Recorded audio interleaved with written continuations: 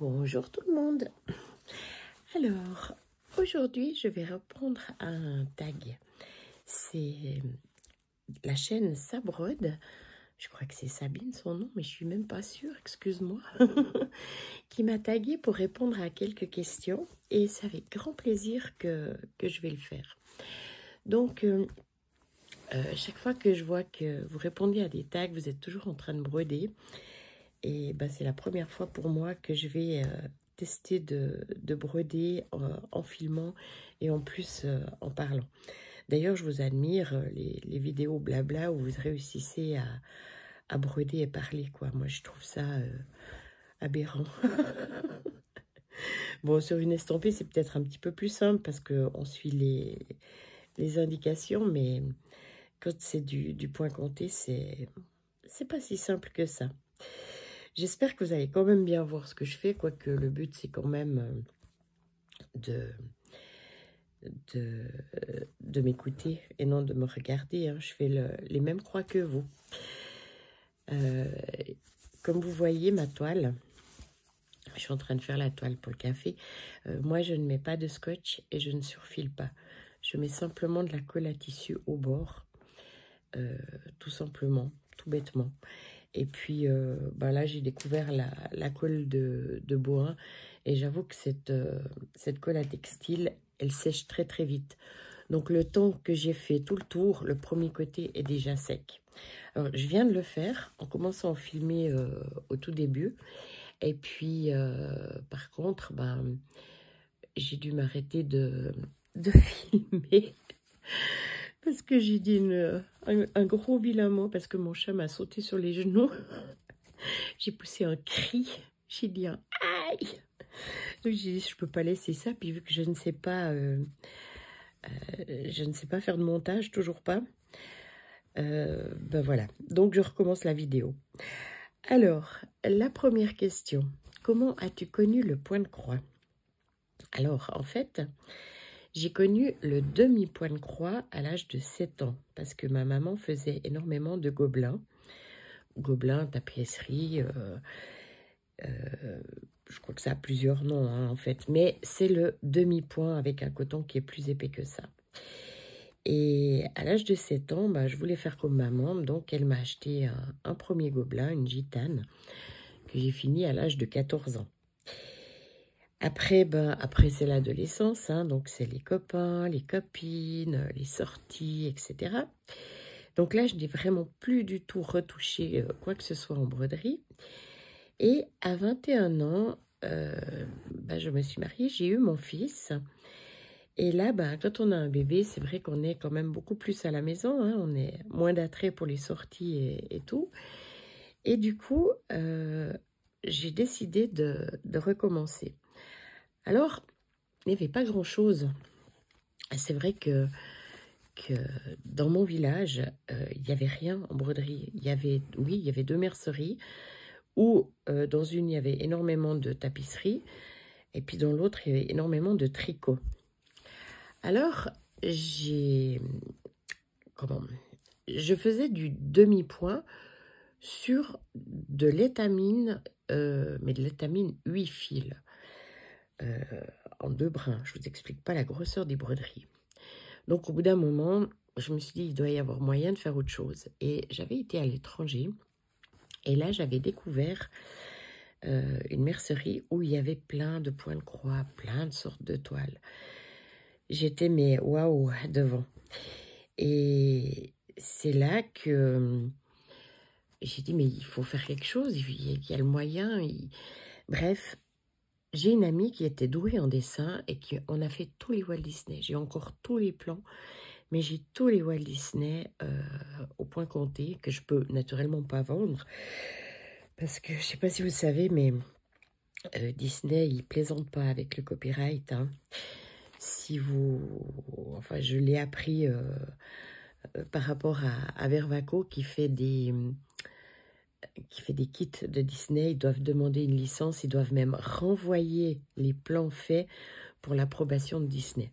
Donc, inutile de vous dire que je n'ose même pas montrer les plans que j'ai eu faits, quoi. Donc voilà, et avec ça, en faisant ces plans, eh ben, on a essayé de trouver de la toile plus petite, etc. Et là, on a commencé à faire le point de croix au lieu du demi-point.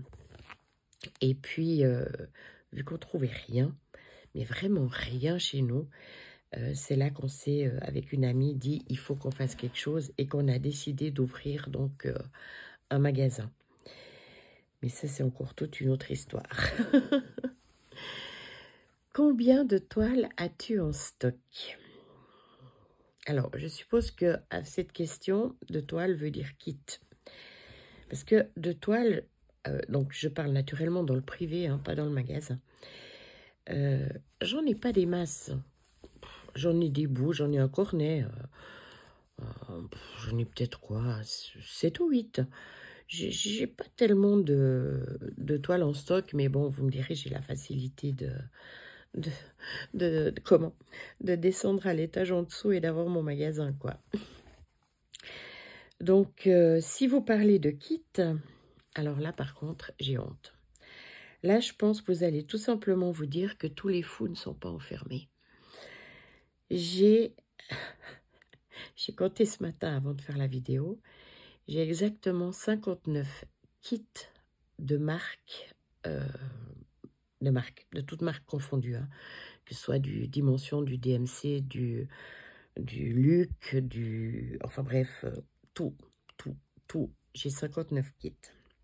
En estampé, j'en ai acheté parce que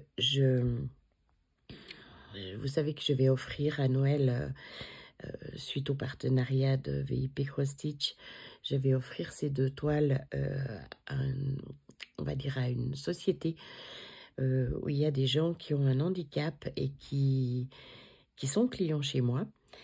Donc, j'ai contacté les animatrices, hein, là-bas, et je sais maintenant le nombre de toiles qu'il me faut pour toutes celles qui veulent broder.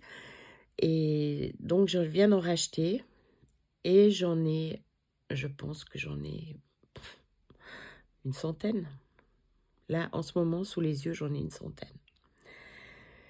C'est impressionnant. Mais bon, voilà, je me dis qu'il y en a pas mal qui vont partir. Je vais peut-être vous les montrer quand même, faire une vidéo pour vous les montrer avant qu'elles partent. Après, les fiches, j'en ai peut-être une cinquantaine. Et les plans que j'ai achetés sur Etsy ou sur Boosty, là, c'est très simple à compter puisqu'elles sont dans des dossiers sur ordinateur. J'en ai exactement 250. Oui, inutile d'hausser les épaules, inutile d'ouvrir la bouche, refermez-la. Je sais. Je sais, c'est catastrophique. Mais en fait, eh ben, voilà quoi, c'est mon passe-temps, c'est mon métier, c'est ma passion. Je vis broderie, quoi, c'est... Voilà. Bon, vous inquiétez pas, hein, je sais parler d'autres sujets quand je suis avec des gens qui ne brodent pas. Mais en fait, voilà, c'est mon truc. Quatrième question. Tu es plutôt point de croix, compté ou estampé? Eh bien, j'avoue que j'aime bien les deux. Alors, je dirais point de croix compté parce que ça fait très longtemps que je brode du point de croix compté et que l'estampé, ça fait que 2 ans que j'ai connu. Donc, c'est vrai que ça fait pas des masses, mais j'aime bien broder aussi de l'estampé. Ça va pas me déranger de broder du bleu sur du rouge. Je le fais déjà en coloriant mes plans, ce genre de choses. Donc, voilà. Et puis, je trouve que ça peut être très pratique, justement, quand on est en déplacement. Quand on est dans une salle d'attente, quand on est dans un train, quand on est, voilà, quelque part où on ne peut pas tout avoir son installation, je trouve que l'estampé est très, très pratique. Donc, j'ai strictement rien contre tous ces sites chinois, hein, chacun a le droit de vivre.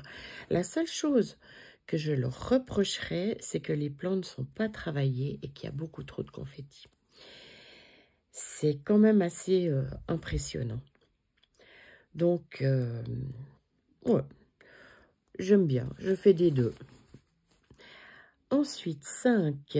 Quel genre de toile t'attire? Ben, en fait, toutes les toiles. J'ai aucun a priori. Je brode sur des linges, je brode sur de l'Aïda, n'importe quelle grandeur d'Aïda. Oh, j'ai piqué à côté. N'importe quelle grandeur d'Aïda. Je brode sur du lin, je brode sur de l'étamine. Alors, je dirais que celle qui m'attire le moins, c'est l'étamine. Je ne suis pas une férue d'étamine. À choisir, broder 2 fils de trame sur 2 fils de trame, je préfère le lin. Alors attention, pas n'importe quel... Non mais décidément, pas n'importe quel lin, parce que il y a des lins qui ont trop d'irrégularités. C'est tellement flagrant que ouais, votre point est totalement déformé. Donc, autant dire que ça, j'aime pas du tout. Mais quand on prend les lins de Zweigart ou de Graziano, c'est des lins d'une qualité, mais qui sont irréprochables. Et votre point est juste superbe dessus, quoi. Il n'est pas déformé et jamais déformé. Alors, à choisir, je préfère la qualité lin que la qualité étamine. Mais ça ne me dérange pas de broder sur n'importe quelle toile. Question... Ça, c'est la porte de mon fils qui rentre. Question 6. Depuis combien de temps fais-tu de la broderie? Alors, ben, j'ai commencé réellement à l'âge de 21 ans. Avant, je ne vais pas compter. Hein. Donc, ça fait 35 ans. Ah ouais, j'ai 56, donc ça fait 35 ans que je fais de la broderie. C'est pas d'hier. Et j'ai la chance, justement, en ayant un magasin, d'avoir beaucoup de retours sur des techniques, sur « Ah, j'ai découvert ça en faisant ça ». Donc, c'est vrai que toutes ces informations, toute cette mine d'informations, j'essaye toujours aussi de la transmettre un maximum de clientes qui viennent au magasin. Si elles ont une question ou autre, je leur dis toujours, écoutez, voilà, essayez de faire comme ça, redonnez-moi un retour, si oui ou non, ça vous a convenu, etc. C'est vrai que c'est en côtoyant des brodeuses qu'on apprend des petites astuces. Par exemple, moi, pour enlever les fils, je prenais toujours une gomme et... c'est vrai qu'une gomme blanche, ça allait très bien. Et j'ai vu l'autre jour l'atelier de Didit qui faisait qu'une brosse à dents.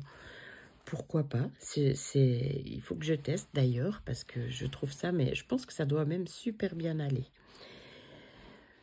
Ensuite, question 7. As-tu un vendeur ou une boutique chouchou? Alors, moi, je vais transformer un tout petit peu la question. Je vais plutôt dire une marque chouchou. Alors, non. Enfin, si. Enfin, en fait, c'est pas la marque qui va me faire acheter un plan, c'est le dessin. Il faut que j'ai un coup de cœur pour le dessin. Et si j'ai ce coup de cœur, là, à ce moment-là, je m'en fous de qui a fait de qui c'est, quoi, tout simplement. Sauf si c'est dans les broderies estampées, là, je vais quand même regarder qui c'est qui l'a fait. Parce que je me suis trop souvent retrouvée avec des confettis et des plans que je n'aime pas faire. Alors, les confettis, il n'y a pas à dire, ça peut être très joli. Mais c'est une broderie, je vais le vous dire avec mes mots. Pour moi, c'est une broderie floue. C'est-à-dire que c'est une broderie comme si vous regardiez une photo de très près, ou très agrandie, les pixels très agrandis. Donc, en fait, pour qu'une broderie remplie de confettis ressorte, il faut absolument la mettre sur un mur au loin. Il ne faut pas voir le nez dessus. Et là, votre broderie va ressortir quelque chose de magnifique. Mais il faut absolument qu'elle soit éloignée de vos yeux. Si vous êtes tout près comme ça, jamais vous la trouverez belle, quoi. Voilà, il y a trop de petits points qui ne donnent rien de tout près, mais qui donnent quelque chose de superbe quand c'est au loin. Ensuite, voilà, question 8. quelle est la plus grande toile que tu possèdes? Alors, la plus grande toile que je possède, alors que je possède pas fini, bah, c'est l'European Tour que j'ai décidé de craquer en voyant des broderies.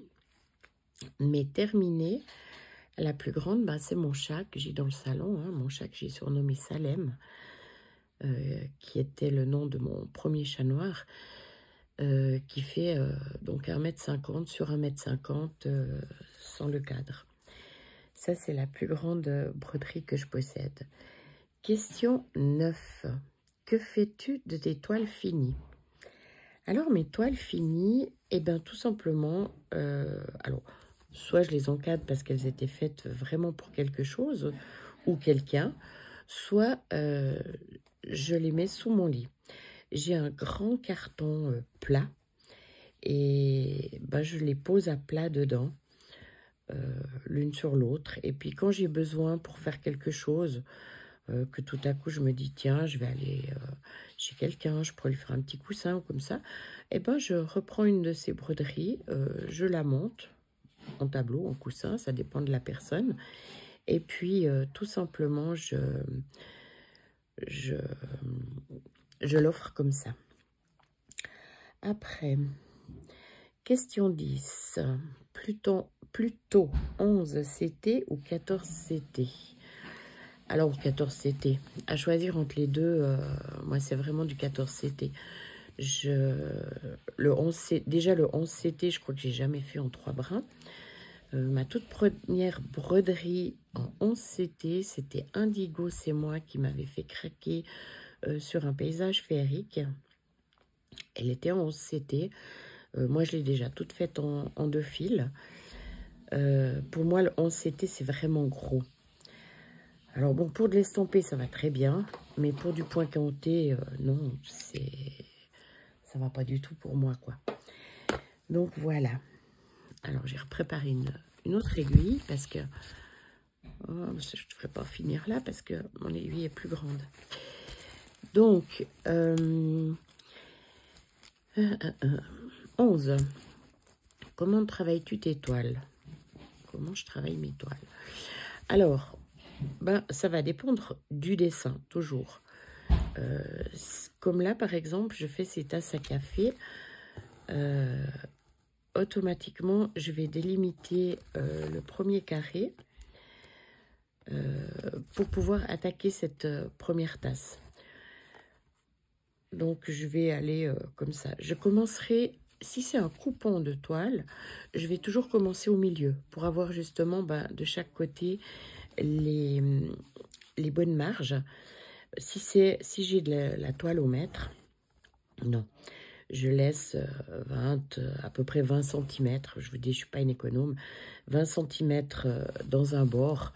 Donc, j'ai compté 20, et puis je vais faire le premier point. Et puis, gentiment, soit descendre, soit monter. Je n'ai pas de préférence. Si je commence au milieu, je vais justement essayer de me diriger vers un bord. Je ne vais pas continuer là au milieu puis agrandir comme ça. Je vais toujours me diriger dans un bord pour pouvoir partir sur quelque chose. Après, voilà. Après, je travaille aussi beaucoup par élimination de couleurs. Ça encore aussi, ça dépend du modèle. Mais, ouais, j'aime bien quand on a une couleur à une place et puis qu'on voit qu'il y a quelques points qui se suivent, qu'on peut sauter sans risquer de se planter d'un point et de devoir tout recommencer. Franchement, ouais, moi, j'aime bien l'élimination de couleurs. Vous oubliez toujours un petit point, mais ça fait rien. 12. Comment organises-tu tes fils pendant le projet en cours? Alors, ça aussi, ça va dépendre. Si c'est un kit, eh ben, je vais mettre ça sur un organizer. Je vais mettre ça, j'ai des boîtes organisateurs. Hein. Je les avais montrées dans une vidéo, une des premières vidéos. En ce moment, je ne peux pas parce que j'ai une broderie qui est un chat estampé. Et puis, il y a tout un parterre de blanc à faire que j'ai pas le courage. je déteste le remplissage. Mais alors, je déteste. Donc, ma boîte est en haut chez ma maman. Je lui ai dit, tiens, quand tu sais pas quoi faire, fais quelques points de remplissage. Elle adore ça. Et puis autrement, bah, je mets ça sur un organizer, comme ça, que j'ai cassé. Voilà. Voilà, c'est pas solide, hein. Franchement, ça supporte pas mon poids, c'est pas solide.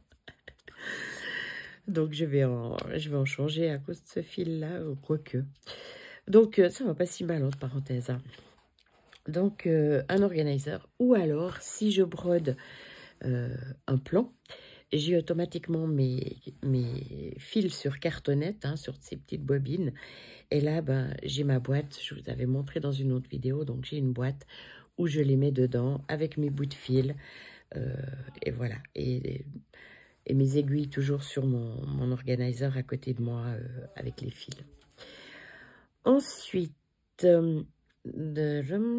question 13. Que fais-tu de tes fils une fois le projet fini? Un gros pompon pour les chats. Alors bon, bah si c'est des fiches, encore une fois, c'est que sur cartonnette, je les range et je les remets dans mon armoire. Oh, pardon, excusez-moi. Si c'est des kits comme ça, moi, il me reste toujours une quantité de fils énorme.